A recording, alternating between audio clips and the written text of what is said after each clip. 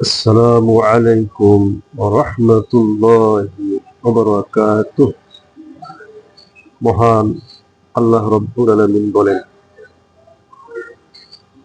ওয়াল্লাযী আরসালা রাসূলাহু বিল হুদা ওয়া দীনিল হক লিইয়ুযহিরাহু আলাদ দীনি কুল্লিহি ওয়া কাফা বিল্লাহি শাহীদা।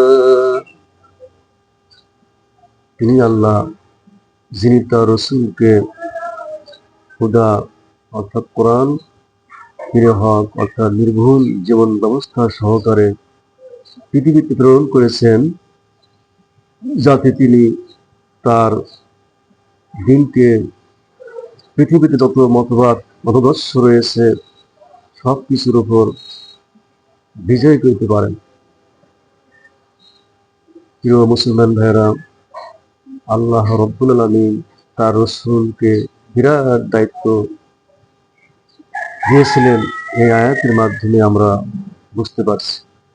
সুতরাং বাংলাদেশে তথা সারা বিশ্বে ইসলামকে প্রতিষ্ঠার জন্য অবশ্যই ইসলামী আন্দোলনে শরীক হতে হবে। ইসলামী আন্দোলনে শরীক হওয়া ছাড়া কখনোই দিন কায়েম করা, দিন বিজয়ী করা সম্ভব নয়। আমরা যদি রসুলের প্রকৃত উম্মত হতে চাই আর আল্লাহর ভালোবাসা যদি পেতে চাই, তাই অবশ্যই জিহাদের মাধ্যমে আমাদেরকে এগিয়ে যেতে হবে। অর্থাৎ এখন সময় এসেছে দিনকে প্রতিষ্ঠা করা, অর্থাৎ ভোট একটি একটি পবিত্র আমানত। এই ভোট জিহাদের মাধ্যমে আগামীর বাংলাদেশ যাতে কোরআনের বাংলাদেশ হয়, শান্তির বাংলাদেশ হয়, এই চেষ্টা সবাইকে করতে হবে। যদি আমরা এই চেষ্টা সবাই ঐক্যবদ্ধ হয়ে করি, তাহলে আল্লাহ রব্বুল আলামিন কি করবেন? সাহায্য করবেন। তিনি বলেছেন, ওয়াকানা হাক্কান আলাইনা নাসরুল মুমিনিন, মুমিনদেরকে সাহায্য করা আমি আল্লাহ রব্বুল আলামিনের জন্য ওয়াজিব। আল্লাহ রব্বুল আলামিন অবশ্যই ধৈর্যশীলদের সাথে আছেন, তার কারণ এই দিনকে কায়েম করতে গেলে অবশ্যই বিপদ, মুসিবত, পরীক্ষা আসবে। যেমন এখন বাংলাদেশ জামায়াতে ইসলামের উপর বিপদের পাহাড় নেমেছে। বিভিন্ন দিক তীরে তাদের উপর ষড়যন্ত্র চলতেছে। এই ষড়যন্ত্র থেমে নেই নির্বাচনের আগ পর্যন্ত, অর্থাৎ যতদিন এই পৃথিবী থাকবে ততদিন ষড়যন্ত্র থাকবে।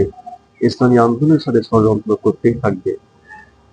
বিএনপি নানাভাবে জামায়াতে ইসলামকে হ্যারেস করার চেষ্টা করতেছে, কিন্তু ইনশাল্লাহ পারবে না, আল্লাহ যদি সহায় থাকে।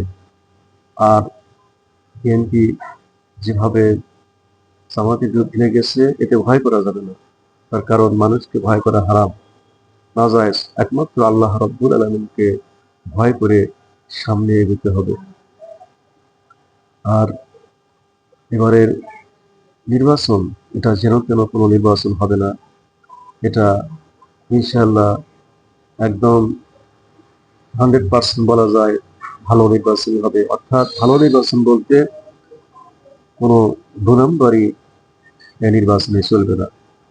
তাই দেশের আপামর জনসাধারণ, আলেম ওলামা, পীর বুজুর্গ, এক কথায় সর্বস্তরের মানুষ,